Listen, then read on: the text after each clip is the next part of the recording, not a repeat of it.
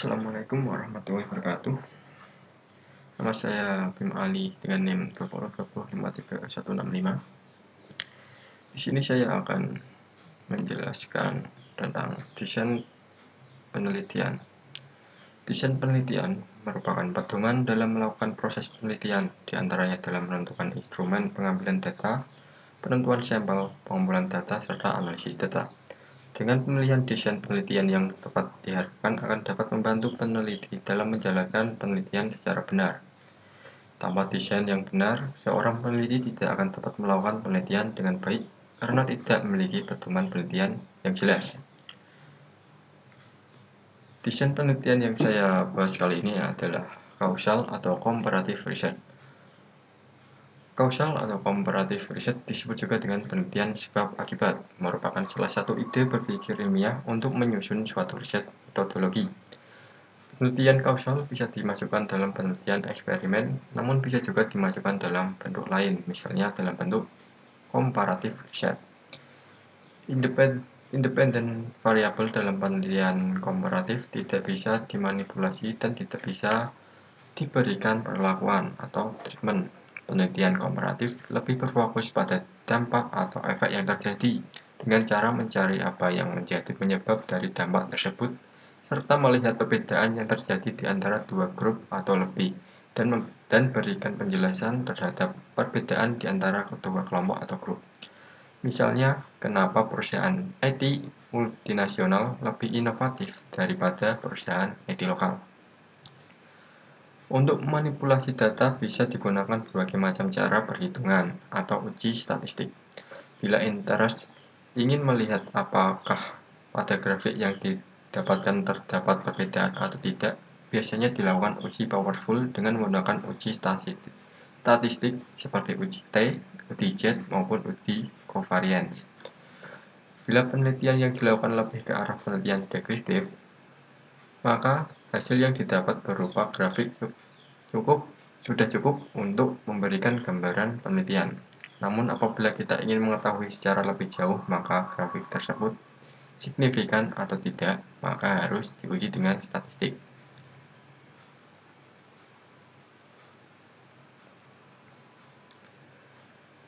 Contoh untuk melihat hubungan antara faktor produksi independent variable dengan tingkatan produksi yang dihasilkan atau dependent variable.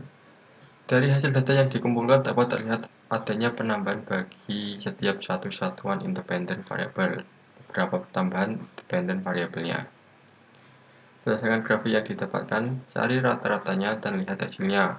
Bila berbeda namun tidak signifikan, mungkin perbedaan itu hanya bersifat kebetulan. Dalam menganalisa penelitian, kita tidak harus selalu menggunakan analisa statistik, namun juga bisa menggunakan analisa lainnya seperti analisa statistik deskriptif maupun analisa kualitatif dengan menggunakan data-data berupa tabel, grafik, dan model-model. Analisa statistik dan analisa secara kualitatif, keduanya saling melengkapi, di mana ada kaidah-kaidah ilmiah yang harus dipenuhi baik metode, teknik, maupun tools. Misalnya, kita tidak bisa mengatakan bahwa perusahaan IT internasional lebih inovatif daripada perusahaan IT nasional tanpa didukung oleh data hasil penelitian. Untuk mengungkap sesuatu yang bernilai ilmiah harus didukung dengan data-data yang juga teori-teori yang mendukung. Penelitian yang dilakukan dengan pendekatan kualitatif biasanya memiliki sampel yang terbatas, sedangkan untuk penelitian kuantitatif sampelnya cukup besar. Kombinasi dari kedua penelitian tersebut bersifat saling menguatkan.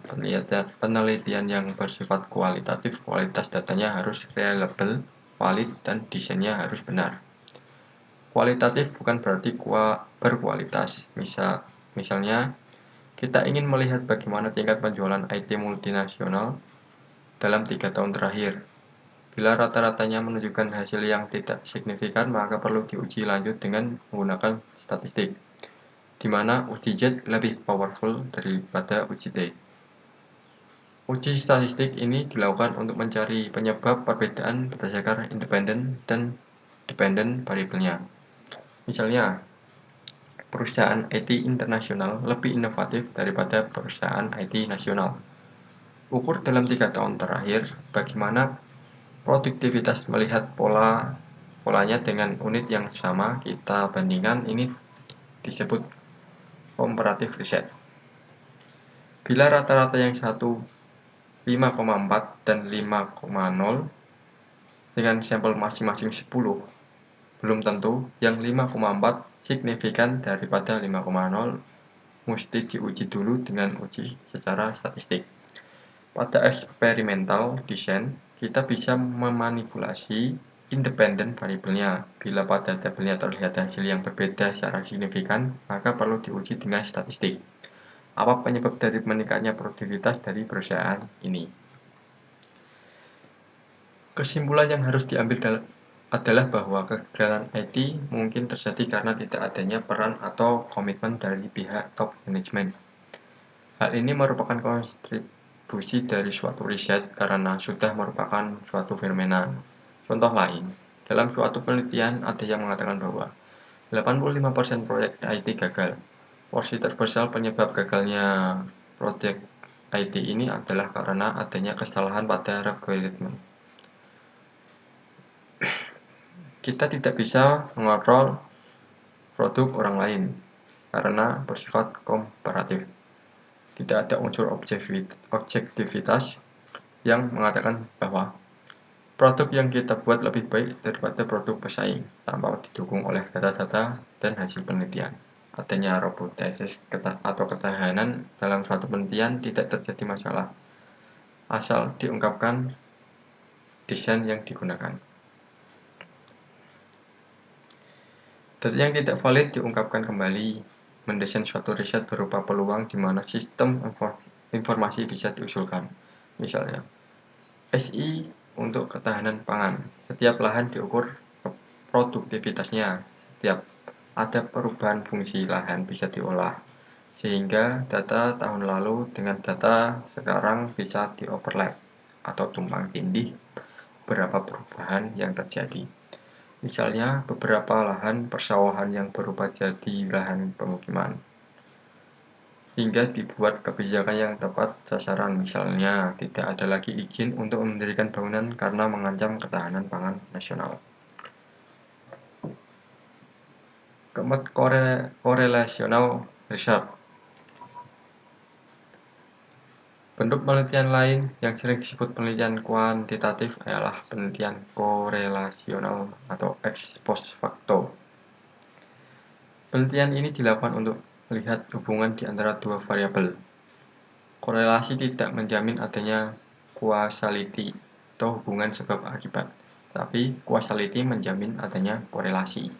Misalnya, tingkat pertumbuhan bayi di Jakarta dengan tingginya curah hujan di Bogor. Hipotesis, semakin tinggi curah hujan, semakin tinggi tingkat kelahiran bayi. Lihat korelasinya bermakna atau tidak. Korelasi bisa diinterpretasikan walaupun geografisnya jauh. Kita harus kritis waktu melihat korelasi bermakna atau tidak. Bila tidak, maka korelasi tersebut akan gugur. Contoh lainnya, kita ingin melihat tingkat gross national product atau GNP suatu negara dengan adanya keterlibatan IT. Hipotesisnya, semakin besar pembelanjaan IT suatu negara, semakin tinggi GNP-nya. Hipotesis tersebut bisa benar dan bisa juga tidak. Untuk itu, maka perlu dikaji apakah benar strategi bisnis tertentu di negara tersebut terkait dengan peran IT, walaupun mungkin ada faktor-faktor lain yang tidak kita amati. Korelasi menghitung derajat keterhitungan antara dua atau lebih variabel. Bila kita melakukan korelasi, maka kita melakukan forecasting atau peramalan. Misalnya, ada hubungan antara IT investment dengan meningkatnya kinerja suatu perusahaan. Untuk menguji apakah hubungan tersebut bersifat causality, maka harus dikaji dan diteliti lagi faktor-faktor apa yang berperan di dalamnya. Selain korelasi dan causality, juga perlu dibedakan antara asumsi dan simulasi. Asumsi merupakan suatu yang take in for granted, terima begitu saja, Contoh, dua petak sawah diasumsikan tingkat kesuburannya sama, intensitas penerimaan cahaya mataharinya sama, kemiringan ketinggiannya dari permukaan lautnya juga sama. Contoh lain, simulasi untuk mengukur recall atau nilai perolehan dan precision atau nilai ketepatan. Recall tidak bisa diukur bila kita mencari suatu artikel di Google, maka dalam menerapkan asumsi kita tidak akan tahu berapa jumlah dokumen yang relevan untuk diambil. Untuk itu, perlu diasumsikan bahwa untuk mengukur precision, maka jumlah dokumen yang relevan diambil dibagi dengan jumlah dokumen yang terambil. Recall dapat ditentukan dengan mencari jumlah dokumen yang relevan, tetapi tidak terambil. Maka, perlu disimulasikan untuk menggambarkan presisinya. Akurasi tidak akan memiliki makna yang baik jika tidak memperhitungkan recall. Akan dibahas menggunakan contoh kasus.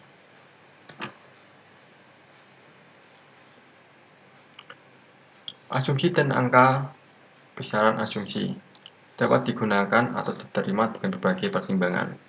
Angka asumsi dapat digunakan setelah mencari categorical interval yang telah dibuat orang lain. Maka cari referensi selengkap-lengkapnya.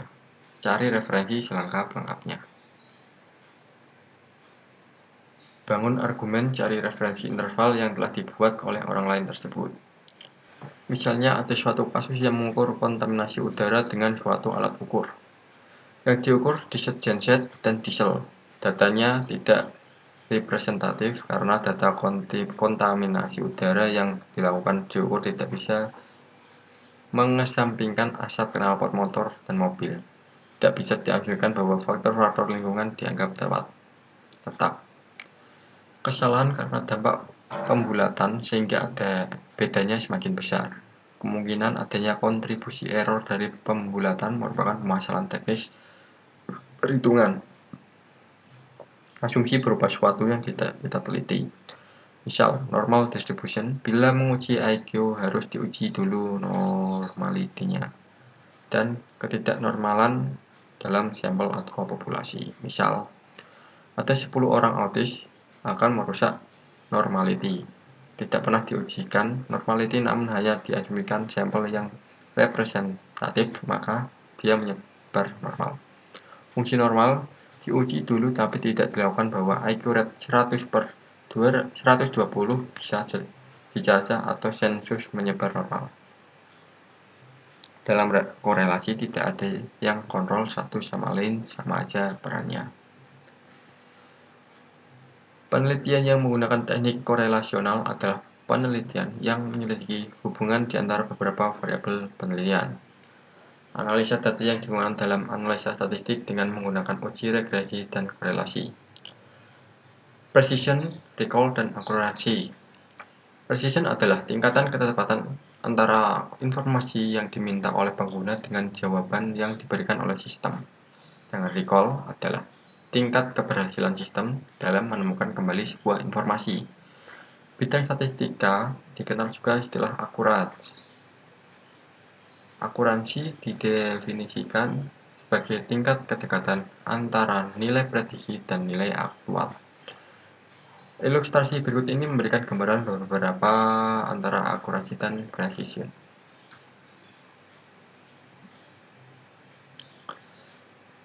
Secara umum, precision, recall, dan akurasi dapat dirumuskan sebagai berikut. Precision sama dengan TP atau true positif dibagi TP atau true positif ditambah FP atau false positif. Dengan recall sama dengan TP true positif dibagi TP true positif ditambah FN false negatif. Akurasi sama dengan TP positif ditambah TN true negatif dibagi TP true positif ditambah TN true negatif ditambah FP false positif ditambah FN false negatif. Contoh kasus perhitungan recall, precision, dan akurasi. Misalkan kita ingin mengukur kinerja dari sebuah mesin pemisah ikan yang bertugas memisahkan ikan-ikan salmon dari semua ikan yang telah didapat. Untuk mengujinya, kita akan masukkan 100 ikan salmon dan 900 ikan lain, bukan ikan salmon. Hasilnya, mesin tersebut memisahkan 110 yang dideteksi sebagai ikan salmon. Ke-110 ikan tersebut kemudian dicek kembali oleh manusia. Ternyata, dari 110 ikan tersebut, hanya 90 ekor yang merupakan ikan salmon, sedangkan 20 lainnya merupakan ikan lain. Diketahui, jumlah salmon yang dipisahkan dengan benar 90, ikan lain, bukan salmon 900. Jumlah seluruh ikan yang dipisahkan oleh mesin 110, mesin salah identifikasi ikan ada 20. Dari kasus tersebut, yang dihitung mesin memiliki precision sebesar 82% yang didapat dari perhitungan jumlah salmon yang dipisahkan dengan benar dibagi jumlah ikan yang dipisahkan, atau 90 dibagi 110 sama dengan 0,82 sama dengan 82%. Dari kasus tersebut juga maka kita dapat disimpulkan bahwa mesin tersebut memiliki recall sebesar 90% yang didapatkan dari perhitungan jumlah salmon yang dipisahkan dengan benar dibagi jumlah salmon yang sebenarnya, atau 90 dibagi 100 sama dengan 0,9 atau 90%. Dari kasus tersebut juga maka kita dapat simpulkan bahwa mesin tersebut memiliki akurasi sebesar 97% yang didapat dari perhitungan jumlah ikan yang dipisahkan dengan benar dibagi jumlah ikan total, atau jumlah salmon ditambah jumlah ikan bukan salmon yang dipisahkan dengan benar dibagi jumlah ikan total, atau 90 ditambah 900 dikurangi 20 dibagi 100 ditambah 900, atau 90 ditambah 880 dibagi 1000, hasilnya 0,97 atau 97%.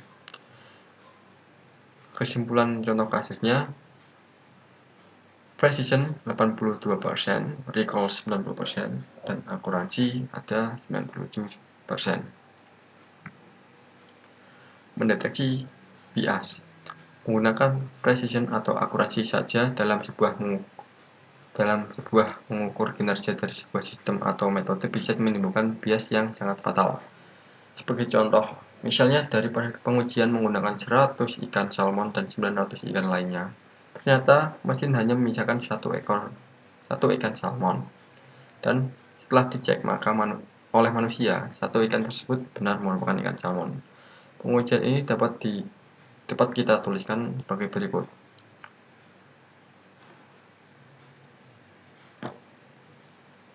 Precision sama dengan 1 dibagi 1 ditambah 0 sama dengan 1 per 1 sama dengan 1 sama dengan 100%. Recall-nya 1 dibagi 1 ditambah 99 sama dengan 1 dibagi 100 sama dengan 0,01 atau 1%. Akurasinya 1 ditambah 900 dibagi 1 ditambah 900 ditambah 0 ditambah 99 sama dengan 901 dibagi 100 sama dengan 0,901 sama dengan 90,1%. Dari hasil perhitungan kita dapatkan precision sebesar 100% dan akurasi sebesar 90,1%. Sekilas tampak baik, namun perhatikan nilai recall yang hanya sebesar 1%. Hal ini menunjukkan bahwa sistem hanya dapat memisahkan ikan salmon dalam jumlah yang sedikit sekali, dan masih banyak ikan-ikan salmon yang lolos dari pemisahan.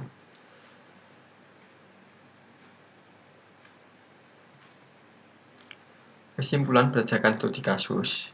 Jadi dalam mengukur kinerja dari sebuah sistem atau metode dalam pengenalan pola atau temu kembali informasi disarankan menggunakan minimal 2 parameter, yaitu precision dan recall, untuk mendeteksi bias seperti pada kasus di atas. Terima kasih. Sekian penjelasan tentang desain penelitian Bila salah dalam pengucapan atau kurang jelas, saya mohon minta maaf. Assalamualaikum warahmatullahi wabarakatuh.